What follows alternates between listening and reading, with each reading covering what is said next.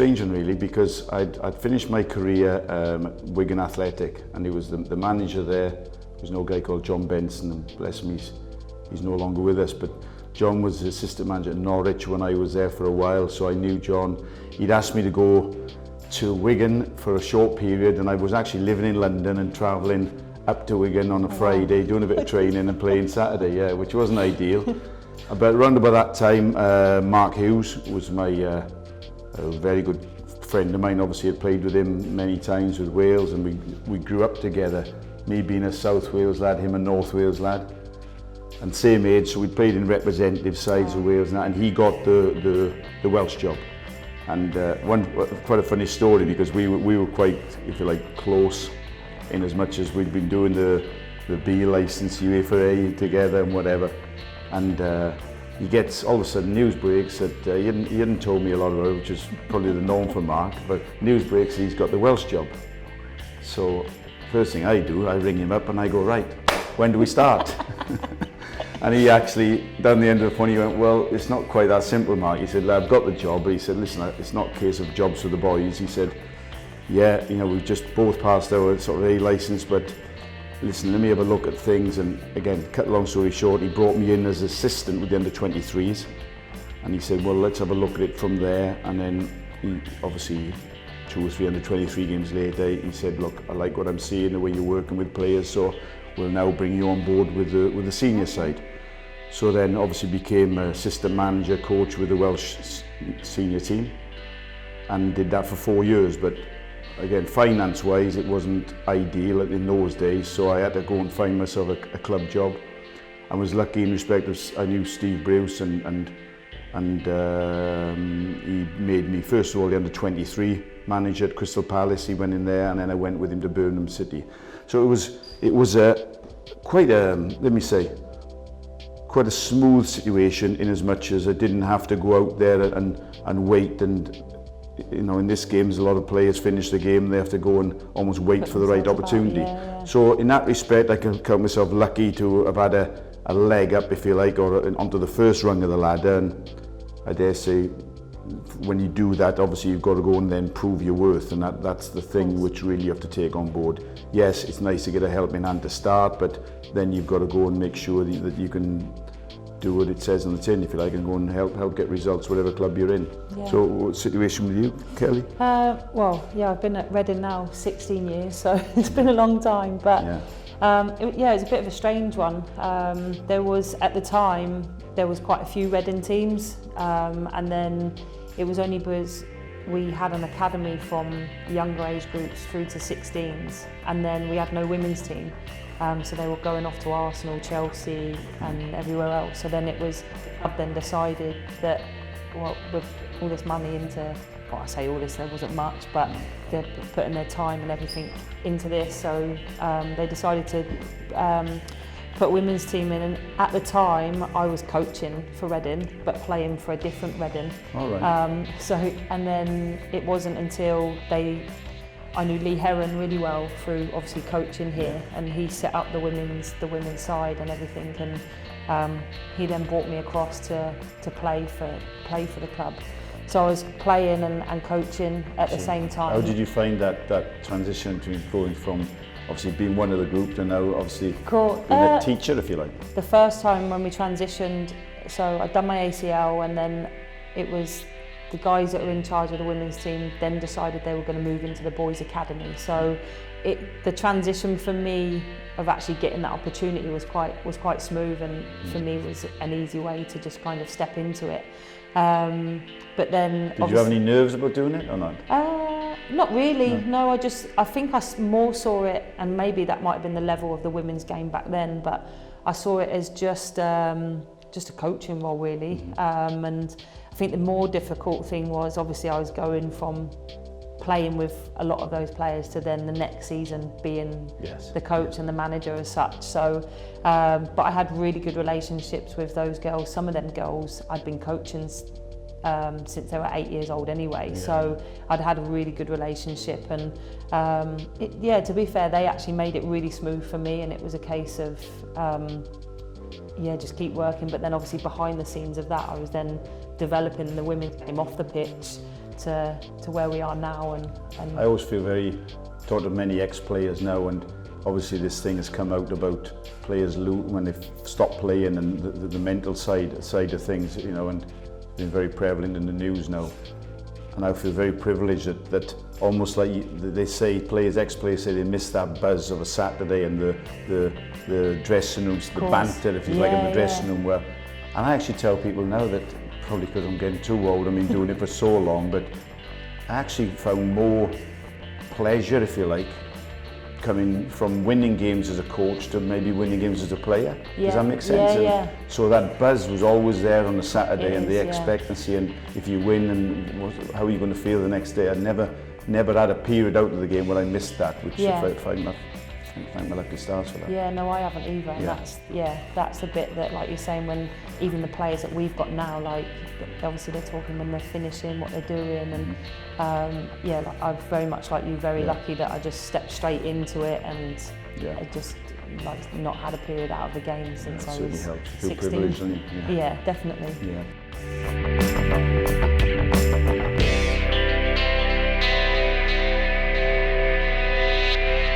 But as we all know, the commitment is huge.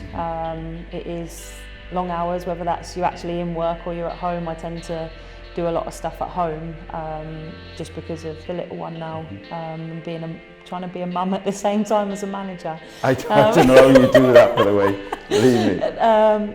But yeah, that's probably the biggest thing for me was, and even now, trying to get that balance of, whereas before when I wasn't a mum, I threw myself into everything. So I would it would be long hours, long days, staying up late at night, making sure that things were as I wanted them.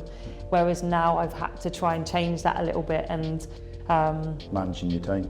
Yeah, to the best I can. Yeah. But you still want to try and give the players the best, and you're trying to obviously try and balance that with trying to give my daughter the best life for her as well. And I think the good thing for me is I've got good family network around me that have been unbelievable. Like I said, my mother-in-law took my little one from 2 weeks old, so but yeah, the time is huge, whether it's analysis work, whether you're looking at the week's build, whether you're looking at the team that you want to select, and whether that changes halfway through the week. But the other side of that, you've also got like the man management of the players. It's very, I find it very constant. You're having to talk to them all the time. They want that interaction with you all the time, and there's a lot of elements to it than probably what a lot of people probably think from the outside looking in. Definitely. Yeah, I think it's again the hours that you have to put into the job, even when you're not at the training ground. Your phone's constantly on. You're dealing with players, with obviously your staff as well, with the hierarchy of the club. For me, I'm sure you're the same. They want information on the team coming up and who we're playing and why you made this decision, and it's all part of the management. Managing up as well as downwards. You know what I mean? Managing your players, but also there's an expectancy. We've got an owner. I think we're very, very fortunate at the club. We've got an owner who's spent significant amounts of money. And will continue to do so to take this club forward. And around that, in the modern day, I think these owners expect information on things. Let's say they want to know what's going on with everything, which is important as well. But take what you said. For me, I'm the same. I've as a player and a coach and manager as well, going on 40 years in the game, and I've been married for 35 of those. So it is. I think you need that buffer as well. To come back, and I keep saying I probably must drive my wife mad to coming back, telling her all the problems you get and the good things as well. Don't get me wrong, but I said to you earlier on, I think she could probably pass her pro license course now on the amount of information. Well, I don't know. She'd probably fail it. The amount of information she gets, or rubbish she gets back off me, I suppose. But no, I think it's important to have the family situation stable behind, and also for me, I find that I'm quite an emotional person. I'm glass half full. I keep saying that, a lot of people, but it's trying to keep that sort of balance on things rather than going up and down emotionally, because it doesn't help.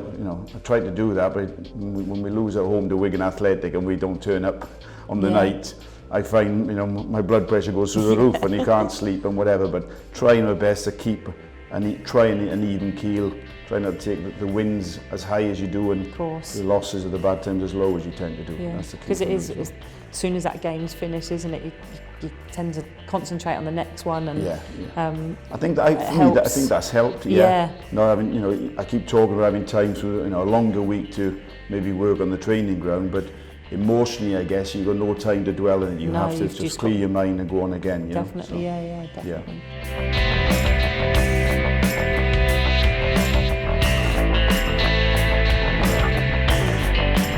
Well, for me, setting targets has been a little bit of a constant, because a lot of the time that I've worked with Mark Hughes, he liked to do that, and we would actually sit down with a group of players in pre-season and talk about different periods.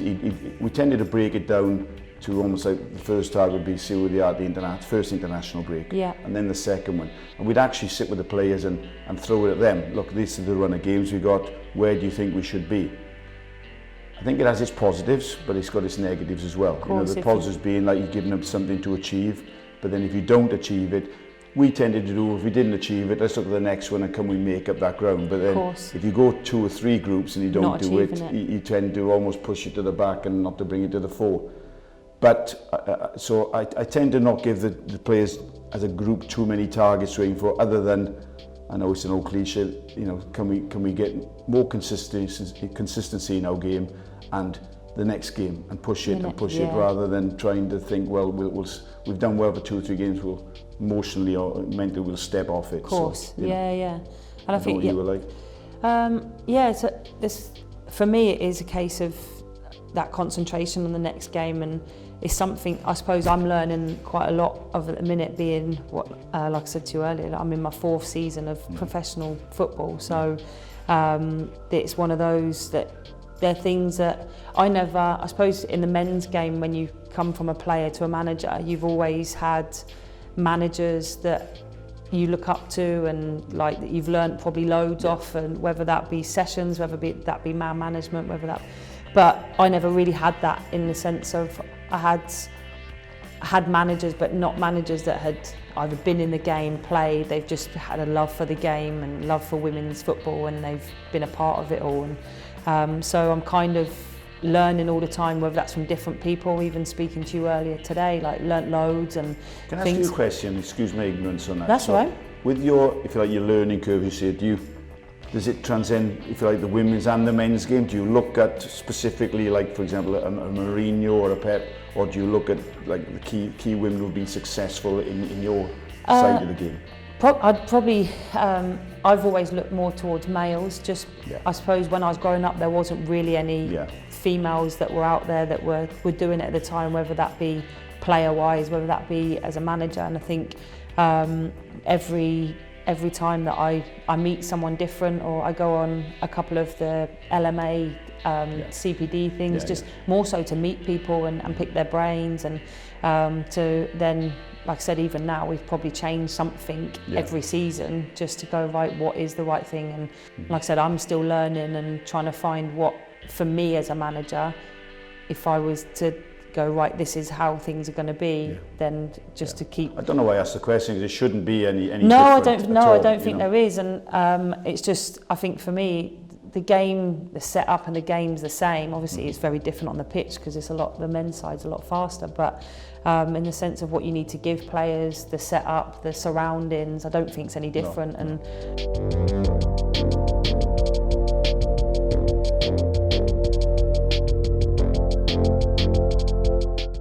for the male side of the game is to just, as a general thing, just to maybe open yourself up, open your mind up, and I'm sure I'm as guilty as others, whereby you tend to get so focused on, let's say, what you're doing on our side of the game, then you don't actually look at things you might learn from other sides, and that's the key. You ask me for specifics, I don't know, but I just think to be more open your eyes and broaden your mind to see what, you know, because it's almost like you tend to look closely around you, even in terms of preparation for games and whatever, and maybe shut yourself off to another side of things. You get what I'm saying there? Yeah, no, I do, and I think the biggest thing for me, for females, from a male point of view, look, the males they've been in the game a lot longer, and I think it's more a case they could learn about what the sacrifices that you need to make.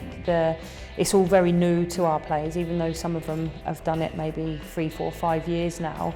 You do revolve your life around football because it's you have to be flexible. You have to be able, if you like, sometimes drop things at hat to just kind of go, look, I've been called in, we've got to go. And even though you'll still get the, I say moaning, but it's the unsettled. But I think it's just that really understand what it takes to be a professional footballer in the game constantly. You were saying to me earlier on about that you find that the gym culture, they've really almost got to have a mindset of they've got to take their fitness levels or the gym situation to another level if they can. Yeah. And I think sometimes you might, in the comparison, I sometimes question, not that we've got any at this club that spring to mind, but constantly other clubs have been in at the past is trying to develop a gym culture with the lads, that they actually spend a lot of time in the gym, and even sometimes if they're not working, just being in the gym, because in doing that they'll go into another area and start working on things, rather than the old sort of mentality of you do your training, you have your food if you like, and then you leave. You know, but you were saying your girls are very much. Our weeks and that are very structured in the sense of we have training and then they'll have lunch, and then they do gym sessions twice a week. So they have 2 long days in the week as such. Yeah. So sometimes they're not finishing till 3, 4 o'clock. That's more because of where we're based and being in a commercial gym. We have to split the group, so we have to rotate the group. But in an ideal world, it would be finish lunch, everybody in the gym, and whack it out in an hour and be done. But we feel that for the development of the women's game, and obviously a lot of the players will be coming from professional, semi-professional backgrounds where they trained twice a week, didn't have any S&C, to actually now putting that in their programs and developing that side of them to make them more resilient to the game, and hopefully prolong their careers a little bit longer. I admire the fact that I guess that ladies football, they must look at a lot of things, the men's side of the game, and they're no less professional than the men, but they're almost going how comes they've got that and we haven't? Of course. And we're still waiting to get to all the things that surround, because it's a fact that a lot of professional players, and rightly so, they're given everything. You know what I mean? They don't have to want for anything, and you must be looking at something thinking, oh, I just wish we had 1/10 of what they get in the preparation. But hopefully, we're all fingers crossed you get there one day. No, we have. Every year we've been developing and pushing and giving the players more, whether that's more for them directly, whether that's more staff to support them. So it's every year, and it's just we want to keep adding to that, and then hopefully, like I said, when we get the move to Bearwood, I think the thing for us as a group would be great to be around football people, more football people that you can have conversations with, you can see what people are doing every day, and hopefully then those players start to jump on the bandwagon, whether that's either side, your guys are seeing our girls in the gym twice a week, it's hopefully then it just builds that culture a bit more, but whereas a minute we're just learning off each other, and it can be quite difficult at times. Yeah,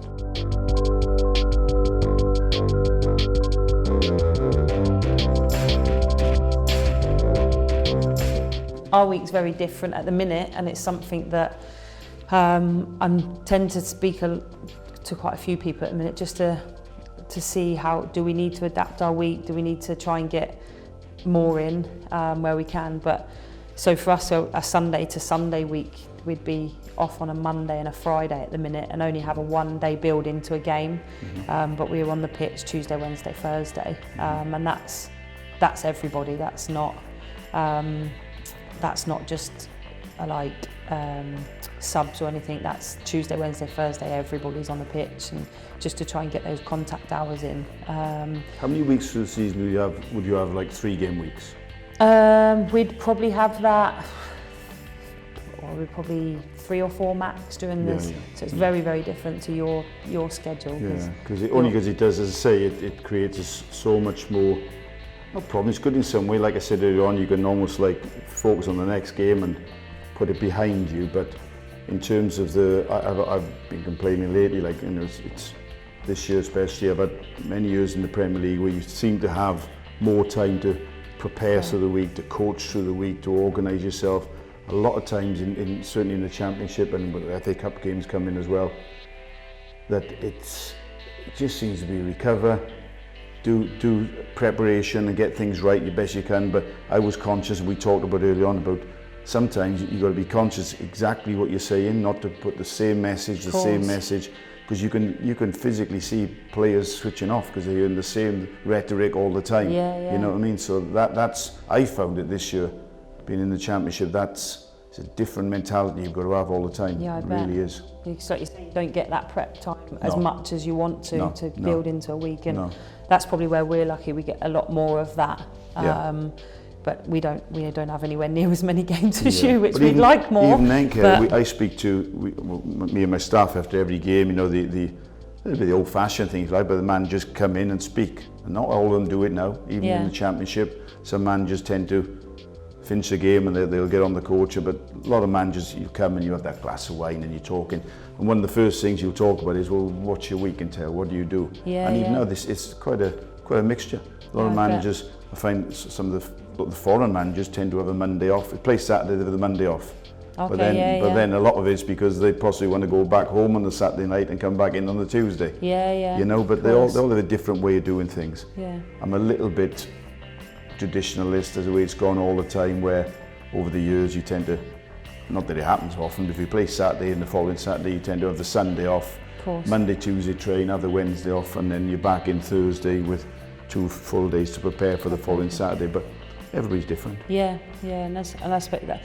Even our first season when we was in, it was completely different to what it is now, and it's just, obviously, like I said, you keep talking to people and you then just weigh up your group, your group, and find what's best for you as well. More importantly.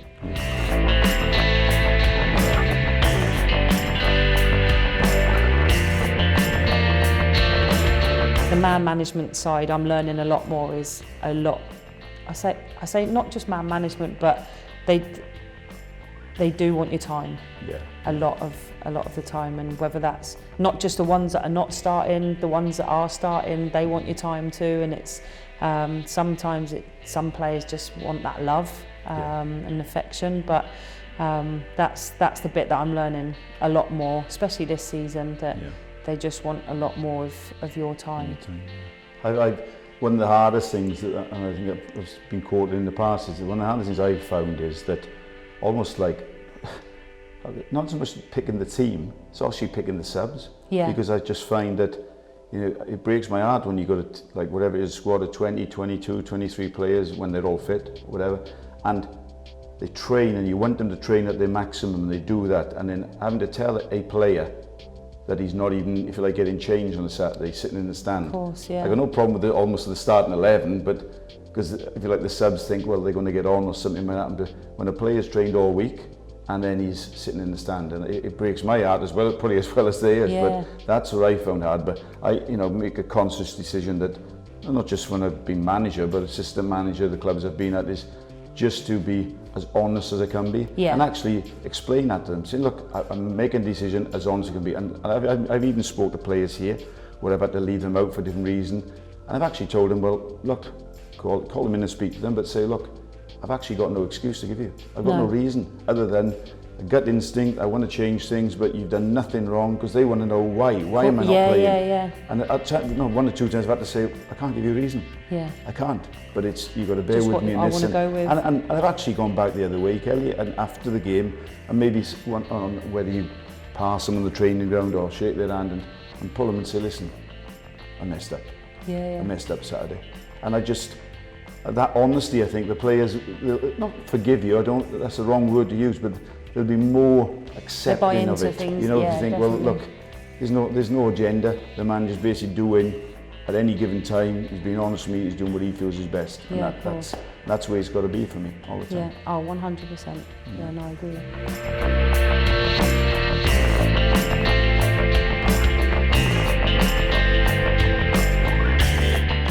Me being at Reading, obviously I've seen a massive development in the women's game just from this side, but let alone across the country. I think I think it really kicked on from the World Cup in 2015. I think that when obviously England finishing, getting a bronze medal there, I think that really made a massive impact in this country, 100%, let alone around the world.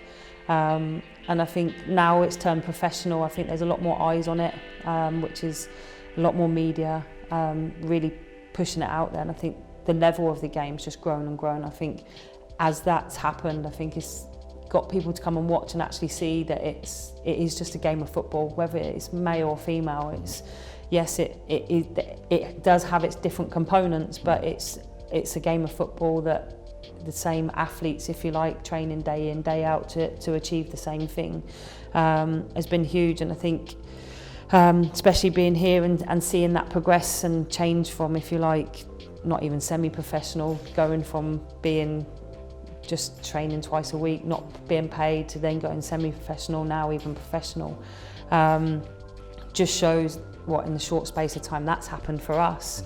It was only in 2006 that we started the women's team from nothing, so to be now in 2020 being full-time professionals, being able to give females careers, if you like, in the sport, and it's come a huge way. And I definitely think it's changed from people from the outside looking in. I think it's changed perceptions, and I don't think we'll change everybody's, because I think people have their own views on women in sport generally, but I think it's had a huge impact as well on just giving younger females, males, other role models to look up to kind of go, yes, I want to jump into that at a younger age, and I've got something to aspire to. When I was younger, I didn't have that as looking up to a female and going, like I want to do that. I've always looked up to males, and I've always loved football, so it wasn't ever, I didn't think I'll ever be out of football. Do you think it's helped with the likes of, with Phil Neville getting the England situation, or do you think? I definitely think he's probably raised a profile there. Yeah, definitely. I think the pros, but obviously with, Alex Scott doing a lot of stuff on the BBC, and like throughout the media now, I think that's helped it. I still think, my perception is that it's come leaps and bounds, but it's still got a little way to go. And like, I take your point, that will it ever get there? Well, there's no reason why not. No. Do you think it'll be because, again, I'm sure maybe a little bit of my ignorance, but they tell me about, like, for example, the game going back sort of generations, the game in the States, there's a lot of, like, loads of young girls playing it. Do you think it might take that generation in this country now of younger girls playing it to kick it on again, or what? Yeah, possibly. I think like the numbers and participation level have gone through the roof over the last even 2 or 3 years, and I think now you've got that, if you like, that bottom up. I think you'll see a lot more players coming through, and hopefully a bigger pool of quality that ends up happening. I think in the men's game, there's a massive pool of quality of the men's game, and I think right now for the women's game in England it's not huge, and it's a case of hopefully now from the bottom up that really pushes things and really, if you like, really gives them something to look for. Do you think it'll actually take an England, for example, winning a World Cup or a European Championships or whatever it may be, push it, or do you think no? I think that will take us to another level. I think if I look at the league right now, I think we're quite confident to say that we're one of the best leagues in the world, and it's every year it's progressed. I think the biggest thing now for the women's game is growing a fan base, and the hardest thing in this country, to say the US, we're always going to be in a battle with men's football, which is the #1 sport in this country. So then you kind of go in, okay, football fans in general, you kind of go, well, they can go and watch a men's game on a Saturday. Are they going to then come out again and watch a women's game? And whereas in the US, the female sport out there is football, whereas the men's is different. So their crowds are huge. They can have tens of thousands at their games, and that's the bit I think we've got to try and change. How, I don't know. I think it shows when this season they've. I think Manchester United and Man City, they played at their men's ground. So there's been times they've done that and drawn 30, 35,000 people. Would that happen every week? If that happened, I couldn't tell you. But it just winds me up the ignorance sometimes, because when I hear people who've maybe gone for the first time to see a ladies' game and gone, it was really good. Of course, and yeah. I go, well, of course it is. What do you mean? It's like as if it's a big surprise that it was really good quality on show. Yeah. You know? No, and that's the thing, like, obviously with it being more on telly now, it's people are having more eyes on it, and you hope that with that growing, that might then transform into more fan base being actually on the side of the pitch supporting the team. So, but for me now, that's the bit that needs to go to the next level. I think the playing side right now is very high. I think the quality on the pitch is very high.